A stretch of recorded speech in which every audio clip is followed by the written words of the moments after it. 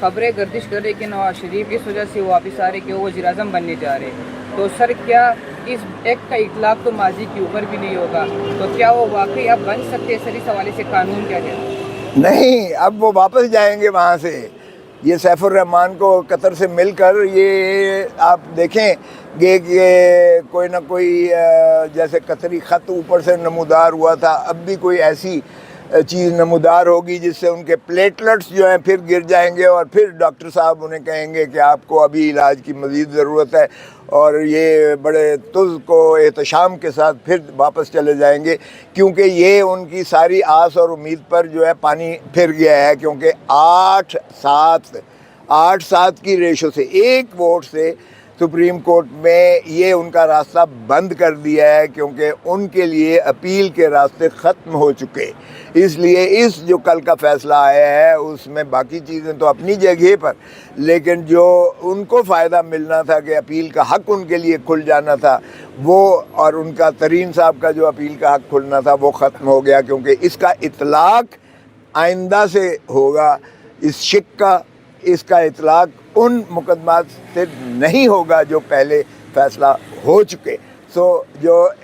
جو محترم نواز شریف صاحب یہ سمجھ کے آ رہے تھے کہ ماشاءاللہ یہ فیصلہ تو ہونا ہی ہونا ہے ہمارے حق میں، وہ ان کی آس اور امید پر پانی پھر گیا ہے، اور وہ دیکھیں کہ بھئی سیف الرحمان کو مل کر اور سیر سپاٹا کر کے واپس چلے جائیں گے. اچھا سر، تارڑ صاحب نے کہا ہے کہ نواز شریف کی نااہلی جو ہے وہ الیکشن ایکٹ میں ترمیم کے ذریعے ختم ہو چکی ہے پہلے ہی. ایک تو اس پر روشنی ڈالیے گا، دوسرا یہ بتائیے گا عمران خان صاحب کی جو 2 درخواستوں میں ضمانت ہے بڑے عرصے سے ختم ہو چکی تھی، اور 10 اگست کے بعد ابھی تک اپلائی نہیں کی گئی تھی، اس کے پیچھے کیا حکمت عملی تھی؟ نہیں، اگر سائفر میں مل جاتی ہے تو اس میں تو آج ہی گرفتاری ہو گئی.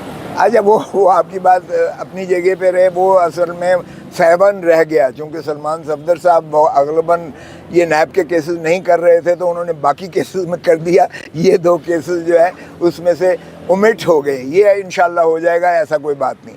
جو دوسری بات آپ نے کی وہ میرے شاگرد کی باتیں، تو یار مجھے نا آپ سمجھاؤ کہ شاگرد آپ کے نے یہ کہہ دیا.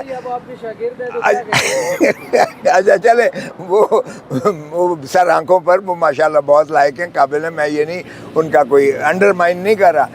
دیکھیں یہ جو کہنا کہ جی الیکشن ایکٹ میں چونکہ اب تعین کر دی گئی ہے 5 سال سزا، 5 سال نااہلی متعین کر دی گئی ہے، تو اس کا تو سپریم کورٹ فیصلہ کر گیا کہ یہ اس کا ریٹروسپیکٹیو ایفیکٹ نہیں ہوگا. اس کا پرانے مقدمات پر، پرانے واقعات پر، پرانے حالات پر یا پرانا جو بیت چکا اس پر اطلاق نہیں ہوگا. یہ سپریم کورٹ اس کی وضاحت کر چکی ہے.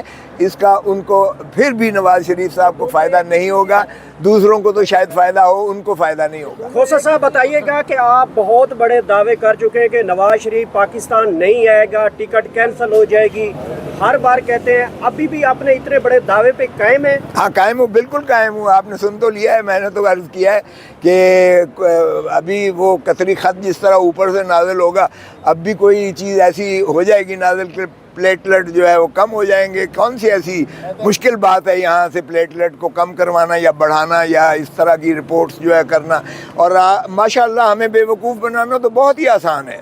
پاکستان کے عوام اتنے معصوم ہیں، اتنے معصوم ہیں، ان کو تو کسی طریقے سے بھی آپ کچھ کہہ کے بھی گمراہ کر سکتے ہیں، اور یہ گمراہ کرنے کے ماشاءاللہ ماسٹر ہیں، اور ایسی ایسی افواہیں اڑاتے ہیں. انڈسٹری کھولی ہوئی ہے، فیکٹری کھولی ہوئی ہے، اور پھر ماشاءاللہ پورے کا پورا آپ کا میڈیا اس طرح سے ان کو دکھاتا ہے جیسے یہ پاپائے روم بادشاہ سلامت تشریف لا رہے ہیں اور یہ پرجا کو حکم دیتے ہیں. آپ دیکھیں یہ ایسے کرتے ہیں، بیانیے دیتے ہیں.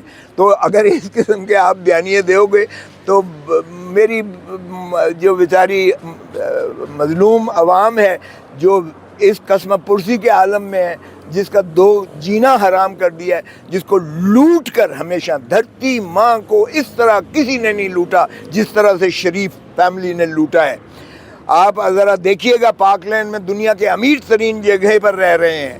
دنیا کا یہ اب بھی کہتے ہیں چارٹر فلائٹ کر کے آئیں گے یہ ماشاءاللہ.